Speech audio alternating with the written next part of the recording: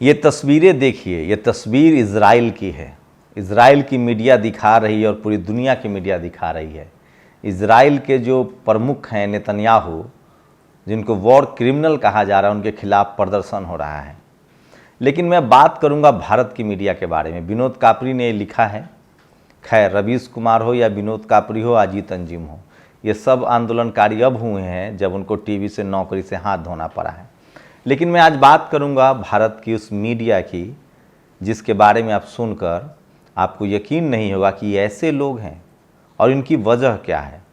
आज सारा media Israel पहुंचा हुआ है और वो गाज़ा को ऐसे दिखा रहा है, मुसलमानों को ऐसे दिखा रहा है जैसे वही क्रिमिनल है। वो हमास के खिलाफ बोल रहे हैं, ये तो अच्छी बात है, चलिए हमास के खिलाफ बोलो, किसी भी जो आतंकवाद है उसके खिलाफ बोलिए, लेकिन उन फिलिस्तीनियों का क्या जो गाज़ा में रहते हैं। सोचिए, आप कल्पना कीजिए, आप दुनिया भर का मीडिया उठा के देखिए, बीबीसी, न्यूयॉर्क टाइम्स, अल जजीरा, CNN, यहाँ तक कि यूनाइटेड नेशन और भारत सरकार। सोचिए, भारत सरकार कह रही है कि हम एक संप्रभु, मतलब एक स्वायत्त, एक आज़ाद फिलिस्तीन के पक्षधर। ये भारत सरकार के विदेश मंत्रालय का बयान है। लेकिन भारत की मीडिया क्या कर रही है? सोचिए, एक तरफा रिपोर्टिंग। मैं देख रहा हूँ, मैं पहले टीवी देखता नहीं था बहुत सालों से, अब टीवी वाले सब यूट्यूब पर आ गए हैं। वहाँ नज़रों के सामने जब गुजरता है तो ऐसा लगता है जैसे कोई पोगो चैनल देख रहा हूँ, कोई वीडियो चैनल देख रहा हूँ। किस तरह की भाषा का इस्तेमाल है, किस तरह के मतलब गाज़ा खाली होगा, मारेंगे, बम गिरा देंगे। मतलब ऐसा लगता है जैसे जो फिलिस्तीन के जो 30 लाख लोग हैं, जिसमें से 10 लाख लोगों को जो फिलिस्तीन छोड़ना है, वो इंसान ही नहीं है। दरअसल भारत के मनुवादी मीडिया की नज़रों में वो मुसलमान हैं। मैं बताऊंगा भारत की मीडिया की हकीकत। लेकिन सोचिए, दुनिया भर की मीडिया वॉर को कवर कर रही है, वो फिलिस्तीन को भी दिखा रही है। वो फिलिस्तीन, सोचिए, जो अमेरिका इजराइल के साथ है इस युद्ध में, वहाँ की मीडिया भी कह रही कि उन फिलिस्तीनियों का क्या दोष है। जो नागरिक हैं, जो निर्दोष हैं, वो ये 10 लाख लोग कहाँ जाएंगे? उन पर हमला ठीक नहीं है। जो अमेरिका, इंग्लैंड, पूरी दुनिया में सोचिए वहाँ के लोग प्रदर्शन कर रहे हैं, प्रोटेस्ट हो रहा है। वहाँ की मीडिया फिलिस्तीनियों के सवाल को एड्रेस कर रही है। लेकिन जब आप भारत की मीडिया को देखेंगे तो लगेगा कि हमास दोषी नहीं है, हमास आतंकी संगठन नहीं है, पूरा फिलिस्तीनी। और अब तो उसमें लेबनान, सीरिया, ईरान, जितने कंट्री आज फिलिस्तीन के साथ खड़े हो रहे हैं, वो सब के सब को दुश्मन बताया जा रहा है। और ऐसे झूठे थंबनेल यूट्यूब पर लिखे जा रहे हैं कि आप कल्पना नहीं कर सकते। अगर हम लोग 1% झूठ भी लिख दें तो हम लोग का चैनल बैन कर दिया जाएगा, बंद कर दिया जाएगा, चैनल डिलीट कर दिया जाएगा, हमें जेल में डाल दिया जाएगा। लेकिन सोचिए, इन टीवी वालों का मतलब सारे के सारे थंबनेल झूठ लगाते हैं। ये मानवता के खिलाफ है, ये इंसानियत के खिलाफ है। अब इनकी मैं वजह बता रहा हूँ। सोचिए, भारत की जो मीडिया है वो मुसलमानों से दुर्भावना रखती है और ये हाल के 10 सालों में हुआ है। भारत की वही मीडिया जिसको आप भारत की मीडिया कहते हैं, जिसको बाबा साहब अपने ज़माने में कांग्रेस मीडिया कहते थे और अब जिसको हम लोग मनुवादी मीडिया कहते हैं, उसमें एक ही जाति और धर्म के लोग भरे हुए हैं। और वो भारत के, जैसे सोचिए, वो भारत के आदिवासियों को नक्सलवादी कहते हैं। हम लोग भी नक्सलवाद के विरोध में, हम लोग किसी भी हथियार के नाम पर जो आंदोलन है, जो हिंसा है, उसके समर्थन में नहीं है। लेकिन इसका मतलब नहीं सारे आदिवासियों को ये लोग नक्सलवादी कहते हैं, क्योंकि वहाँ आदिवासी नहीं है इनके टीवी अखबार में। दलितों का आंदोलन हो उसको उग्रवादी कहते हैं, क्योंकि दलित समाज के लोग नहीं हैं। किसानों को भी आपने देख लिया, एक आध दो जाट, गुर्जर, पटेल, मराठा चैनल में हैं, लेकिन आपने देखा किस तरह से भारत के किसानों के आंदोलन को इन लोगों ने खालिस्तानी कहा। यहाँ तक कि मुसलमान दुनिया में कहीं भी है वो इसके विरोध में है। तो ये भारत के जैसे किसानों के विरोध में है, दलितों के विरोध में है, पिछड़ों के विरोध में है, आदिवासियों के विरोध में है। ये लोग आरक्षण के विरोध में थे, ये लोग जाति जनगणना के विरोध में हैं, ये लोग महिला आरक्षण में, SC ST OBC के आरक्षण के पक्ष विरोध में हैं। तो ये है इस देश की मीडिया की हकीकत। आप जानकर ताज्जुब करेंगे कि इस देश की जो मीडिया है उसकी असली मैं रंग बता रहा हूँ। सोचिए, फिलिस्तीन और इजराइल के युद्ध में ये इजराइल के साथ हैं। क्यों? क्योंकि इजराइल मजबूत है? नहीं, क्योंकि वहाँ मुसलमान हैं। यूक्रेन और रूस के युद्ध में ये रूस के साथ थे। क्यों? दोनों जब क्रिश्चियन होगा, दोनों जब विदेशी लोग होंगे, गैर मुसलमान होंगे, तो ये मजबूत खेमा चुनेंगे। तो इनको लगता है कि रूस मजबूत है, इसलिए रूस के साथ है, यूक्रेन के साथ नहीं है। यूक्रेन के लिए भी वो इसी तरह की भाषा लिखते हैं।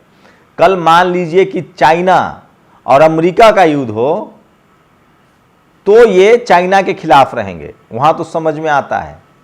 लेकिन ये कभी भी ये नहीं देखेंगे कि सही कौन है गलत कौन है। सोचिए, भारत और चाइना के मामले पर ये नहीं बोलते हैं, क्योंकि इनको लगता है कि भारत सरकार इस पर चुप्पी साधे तो हम भी चुप्पी साधेंगे।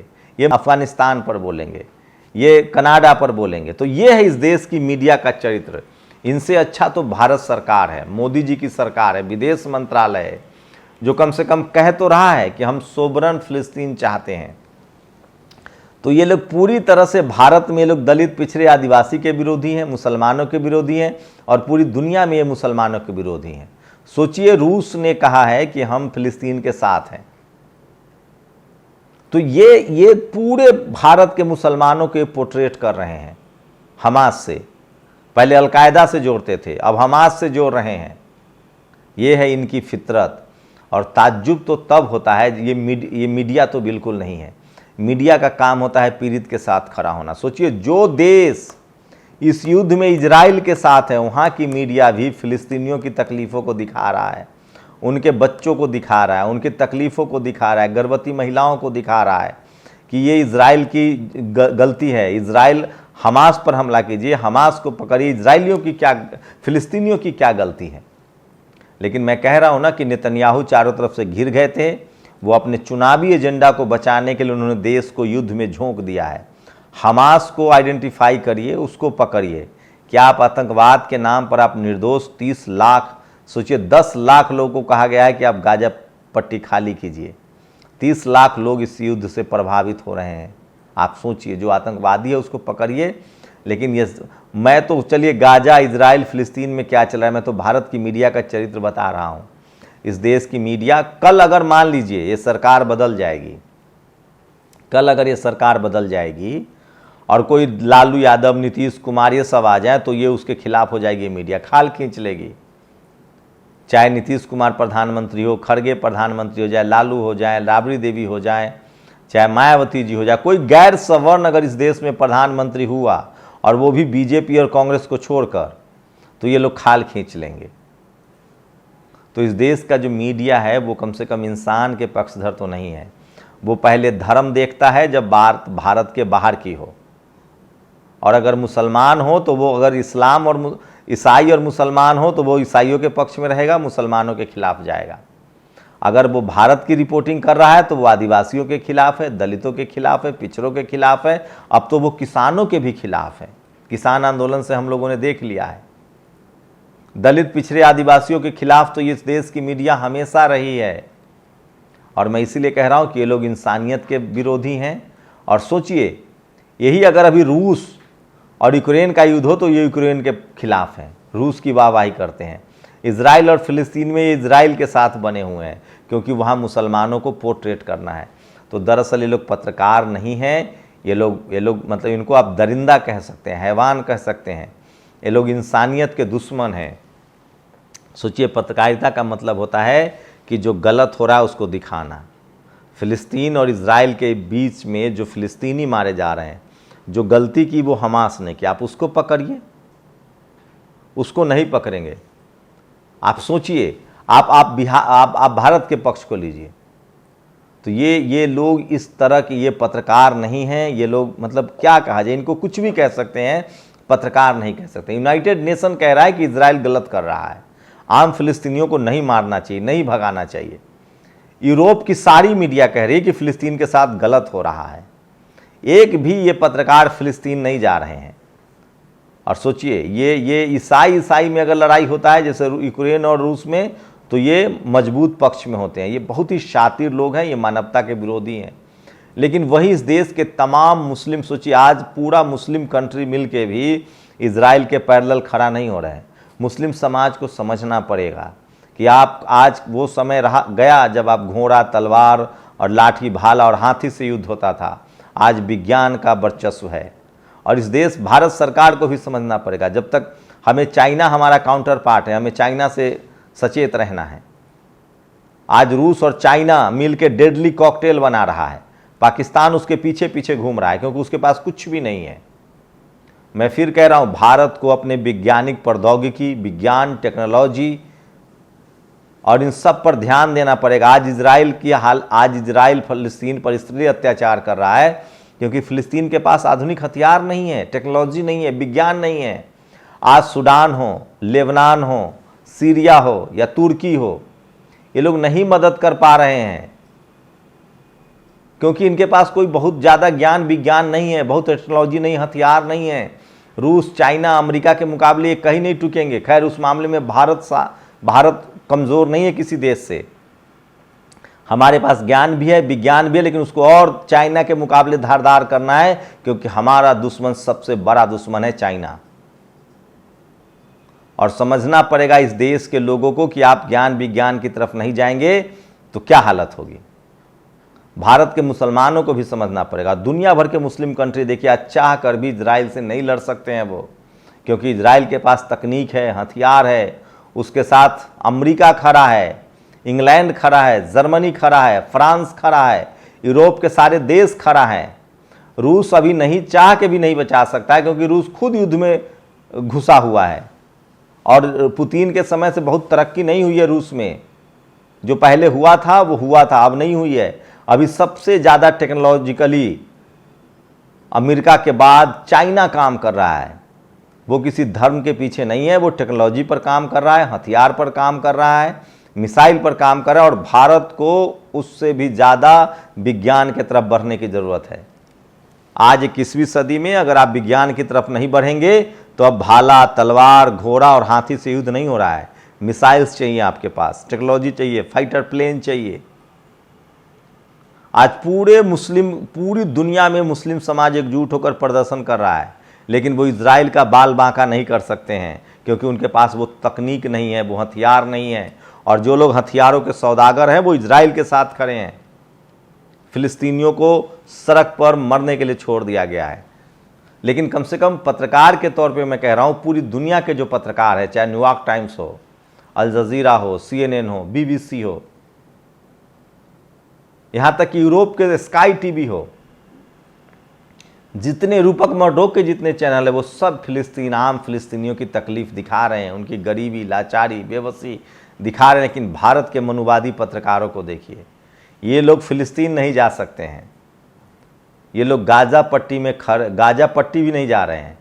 ये लोग इजराइल में खड़े होकर, तेल अवीव में रहकर, यहाँ से इनके तरफ से ये रिपोर्टिंग कर रहे हैं, मारो, पीटो, काटो, भगा दो, ये कर दो, वो कर दो, फलाना ढेमकाना। ये रिपोर्टिंग तो नहीं है। रिपोर्टिंग का मतलब होता है आप ग्राउंड पर जाइए, रियलिटी दिखाइए।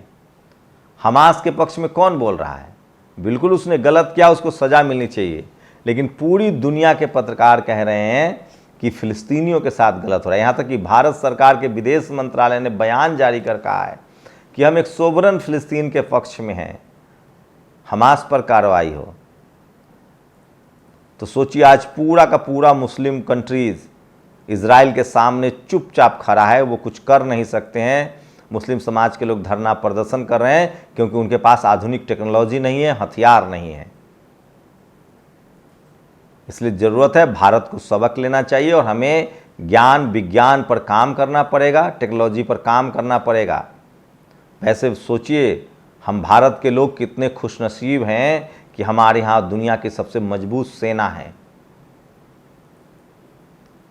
लेकिन आधुनिक तकनीक के हथियार हमें चाइना के मुकाबले ज़्यादा डेवलप करने पड़ेंगे। इजराइल और फिलिस्तीन, उससे यही लगता है कि आधुनिकता तकनीक के सामने कोई नहीं है। लेकिन मीडिया को लेकर मैं बात कर रहा था, भारत की मीडिया पूरी दुनिया में भारत को शर्मसार कर रही है। क्या सोचते होंगे दुनिया भर के देश? चलिए, वो तो हिंदी नहीं समझते होंगे। अगर अंग्रेजी वाले जो ये लोग काम कर रहे हैं, अंग्रेजी की भी वही हालत है, उसको तो देखते होंगे। मीडिया का काम होता है पीड़ित के साथ खड़ा होना, कमज़ोर के साथ खड़ा होना। लेकिन सोचिए, मैं फिर कह रहा हूँ, भारत की मीडिया में जब तक डाइवर्सिटी नहीं होगी, जब तक विविधता नहीं होगी, हर कम्युनिटी के लोग नहीं होंगे, ये लोग घोर कास्टिस्ट हैं, ये लोग मनुवादी हैं, जातिवादी हैं, और ये लोग हाल के दिनों में पिछले 10 साल में घोर मुस्लिम विरोधी है। भारत की मीडिया घोर, मतलब धार्मिक वजहों से पूरे मुस्लिम कम्युनिटी के विरोधी हैं ये लोग। और दुनिया में कहीं भी कुछ भी हो, ये लोग भारतीय मुसलमान को उससे जोड़ते हैं, जबकि भारत का मुसलमान एक आम नागरिक है, उसका कोई लेना देना नहीं है हमास से, उसका कोई लेना देना नहीं है। एक भी मैंने पोस्ट नहीं देखा है जिसमें किसी ने लिखा हो कि हम हमास के साथ हैं। जैसे पूरी दुनिया में लोग कह रहे हैं कि फिलिस्तीनियों के साथ गलत हो रहा है, हमास को मारिए, हमास को पकड़िए, फिलिस्तीन से क्या लेना देना है। आम फिलिस्तीनियों को परेशान किया, सच्ची यूनाइटेड नेशन कह रहा है। तमाम दुनिया के पत्रकार, आप खबर तो देखिए, इंटरनेशनल खबरें देखिए, किस तरह से वहाँ पानी नहीं है, 50,000 गर्भवती महिलाएं प्रताड़ित हैं, लोगों को घर खाली करने के लिए कहा जा रहा है। लोग एक ही रास्ता खोला गया, 70 लोग कल बम गिरने से, इजरायली बम गिरने से मरे हैं। हमास की करतूत को जायज़ नहीं ठहराया जा सकता है, इजरायली की भी मौत हुई है, लेकिन क्या हमास के नाम पर, सोचिए, लोग कह रहे हैं कि किस तरह से अमेरिका ने इससे पहले सऊदी अरब में झूठ फैलाया, कहा कि सद्दाम हुसैन के पास केमिकल हथियार है और सऊदी अरब को बर्बाद कर दिया गया, गद्दाफी को बर्बाद कर दिया। कहाँ मिला केमिकल हथियार? रूस ने कहा है कि ये युद्ध अमेरिका लड़ रहा है। लेकिन मैं सिर्फ भारत के पत्रकार के तौर पे, भारतीय पत्रकार के तौर पे, ये सब लोग कटघरे में हैं। ये लोग किसी पीड़ित के साथ नहीं है, ये न दुनिया भर में पीड़ित के साथ नहीं है, जैसे भारत में पीड़ितों के साथ नहीं है। भारत की मीडिया का जो चरित्र है वो जातिवादी है, सांप्रदायिक है। जैसे ये भारत के किसान, दलित, पिछड़े, आदिवासियों के खिलाफ हैं, अगर ग्लोबल रूप में देखें तो ये मुसलमानों के खिलाफ हैं। ये सबसे बड़ी सच्चाई है। और सोचिए, मुझे तो ताज्जुब होता है, नवीन कुमार ने इसलिए इनको नचनिया लिख दिया, तो लोग कहते हैं नचनिया क्यों लिख रहे हो। भारत की मीडिया मानवता विरोधी है, गरीब विरोधी है, सांप्रदायिक है, और भारत में तो एक कास्टिस्ट है ही। जिस तरह की इनकी रिपोर्टिंग है पिछले 10 साल में, सब हम जानते हैं कि ये लोग सरकार के साथ हैं और सरकार को ही ये लोग ले डूबेंगे। मीडिया का काम होता है सरकार को सही बात बताना, जनता की हालत से रूबरू कराना, ताकि सरकार सचेत हो, सरकार देश के लिए काम करे, जनता के लिए काम करे, सेना के लिए काम करे, देश की मजबूती के लिए काम करे। भारत की मीडिया पर जो भी भरोसा करेगा वो अंधे मुंह गिरेगा। ये लोग चापलूस हैं, ये लोग चाटुकार हैं, ये लोग कास्टिस्ट हैं, ये लोग कम्युनल हैं, सांप्रदायिक हैं, पत्रकार नहीं है। पत्रकार के अलावा इनको कुछ भी कह लीजिए। अगर ये पत्रकार होते तो ये शोषित, वंचित और पीड़ितों के साथ होते। ये हमेशा मजबूत पक्ष चुनते हैं। आप लोग अपनी प्रतिक्रिया जरूर दीजिए। शुक्रिया। नेशनल दस्तक की आपसे गुजारिश है कि अगर इसको बचाना चाहते हैं तो नेशनल दस्तक को सब्सक्राइब करने के लिए रेड कलर के सब्सक्राइब बटन को दबाएं, फिर बेल आइकन की घंटी दबाएं। नेशनल दस्तक को बचाने के लिए बहुत जरूरी है कि हर खबर को शेयर करें, लाइक करें, कमेंट जरूर करें।